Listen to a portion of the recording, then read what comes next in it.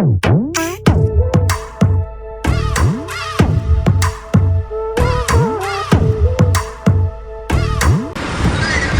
আলাইকুম। হ্যালো বন্ধুরা, চলে আসলাম ঘুরতে ঘুরতে পার্কে। দেখা হলো অনেকজনের সাথে। ঈদের ছুটিতে চলে যাচ্ছি এখানে। তো এখানে এসে দেখি মানুষের অভাব নাই। কেউ আছে গার্লফ্রেন্ড নিচ্ছে, কেউ আছে বউকে নিয়ে। আমি চলে আসলাম একলা একলা হেঁটে হেঁটে।